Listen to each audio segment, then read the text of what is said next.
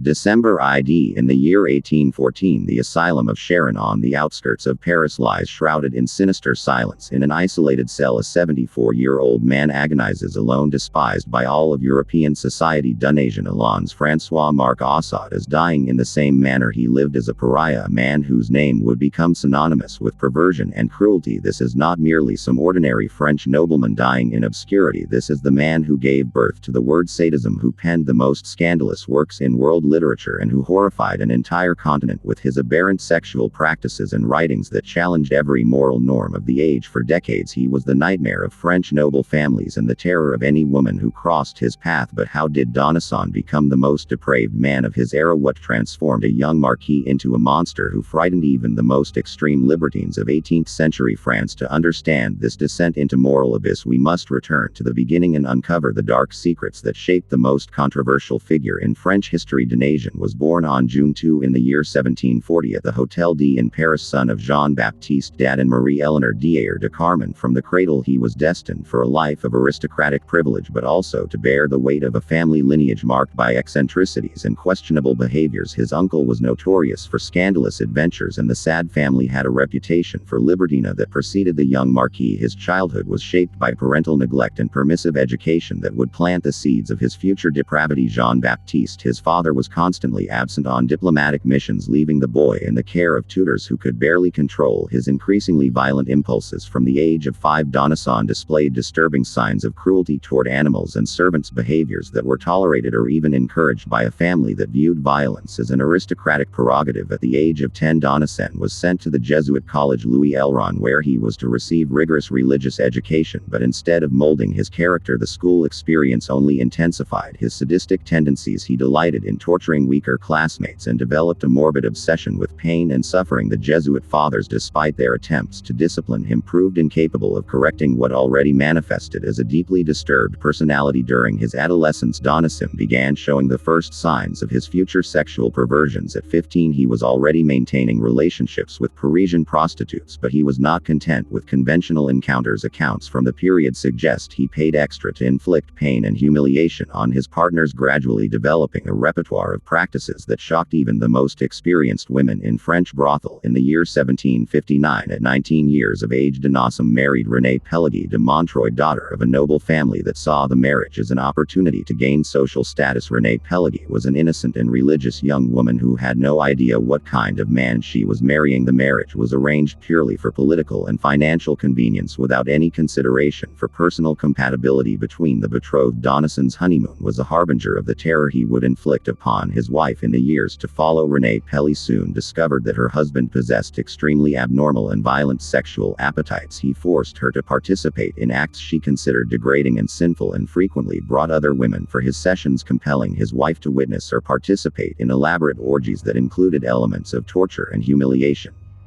But Donan's domestic abuses were only the beginning. In April of the year 1768, he committed his first publicly documented crime. He hired a beggar woman named Rose Keller under the pretext of offering her work as a servant. He took her to his country house in Array and subjected her to hours of torture, flogging her with rods and pouring hot wax on her open wounds. Rose managed to escape and reported Donasson to the authorities, causing the first major scandal of his criminal career. The Rose Keller case scandalized Parisian high society and earned Donasson his first imprisonment, but thanks to his family's influence and the corruption of the aristocratic judicial system, he was released after merely a few weeks of detention. The experience, rather than discouraging him, only confirmed his belief that his social position placed him above the law. He returned to his practices with even greater audacity and violence. During the decade of 1770, Donation intensified his criminal activities, developing an increasingly elaborate modus operandi. He established a network of accomplices who helped him recruit victims, primarily young women from lower social classes who were lured with promises of employment or money. His residences were transformed into veritable torture chambers equipped with instruments specially designed to inflict pain and humiliation. One of the most shocking cases occurred in the year 1772 when Donation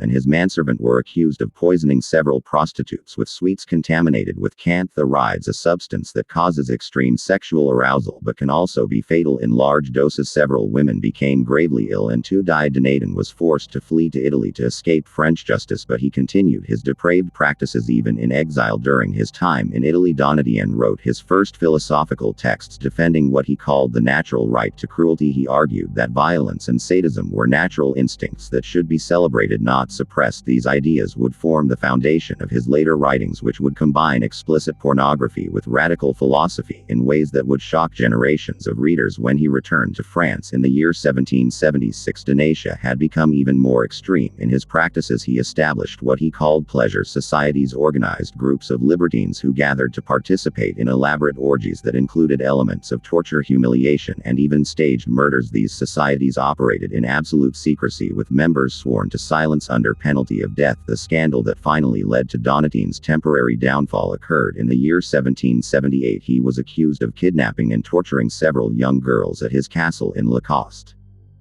holding them prisoner for weeks while subjecting them to indescribable abuses. One of the victims, who managed to escape, provided detailed testimony about Donatien's practices, including descriptions of torture instruments and rituals that defied any understanding of human normally. French society had finally had enough. In February of the year 1779, Donatien was arrested and incarcerated in the fortress of Vincennes, where he would remain for the following years. But not even prison could contain his depravity. He continued writing, producing some of his most extreme works during confinement, including the 120 Days of Sodom, a narrative that catalogued 600 different sexual perversions in graphic detail. During his imprisonment, Donatien developed a systematic philosophy of evil that he called philosophical liberty. He argued that all morality was artificial and that human beings should follow only their most basic instincts, regardless of consequences for others. His works combined explicit descriptions of sexual violence with philosophical arguments that denied God's existence and defended the absolute right of individuals to satisfy their desires, even if it meant destroying others. The French Revolution, which began in the year 1789, offered Donatien an unexpected opportunity for freedom. The revolutionaries, in their fervor to destroy the Annan regime, freed many political prisoners, including the Marquis. Ironically, despite being an aristocrat, Donatien embraced the revolution, seeing in it an opportunity to realize his fantasies of destroying moral and social order. During the revolutionary period, Donatien attempted to reinvent himself as a Republican citizen, even serving briefly as a judge, but his fundamental nature did not change. He continued writing works that shocked even the most radical revolutionaries, and his attempts to participate in political life were frustrated by his reputation and erratic behavior. In the year 181, Napoleon Bonaparte, who had heard of Donatien's reputation, ordered his arrest. Once again, the emperor considered the Marais' writings dangerous to France's social and moral stability. Donatien was transferred to the Asylum of Sharon, where he spent his final years, officially classified as insane but in reality kept isolated to protect society from his corrupting influence. Even in the asylum, Donatien continued writing and attempting to corrupt other inmates. He organized theatrical performances that were so scandalous they were eventually banned by the authorities. His final years were marked by progressive physical and mental deterioration, but his obsession with violence and perversion remained intact until the end. Donatien Alon's François Marquis died on December 2 in the year 1814 at 74 years of age. His final request was that his body be completely destroyed, leaving no traces of his existence. He wanted not even his grave to remain as a reminder of his passage on earth. The legacy of the Marquis de Sade is complex and disturbing. His works, banned for decades, eventually influenced artistic and intellectual movements that questioned the limits of individual freedom and artistic expression, but his real life was a catalogue of horrors that destroyed countless innocent lives and established terrifying precedents for what human beings are capable of doing to one another. Today, more than 200 years after his death, Sade's name remains a symbol of absolute depravity. His story serves as a dark reminder that privilege without responsibility, power without moral limits, and intelligence without compassion can create monsters that haunt humanity for generations.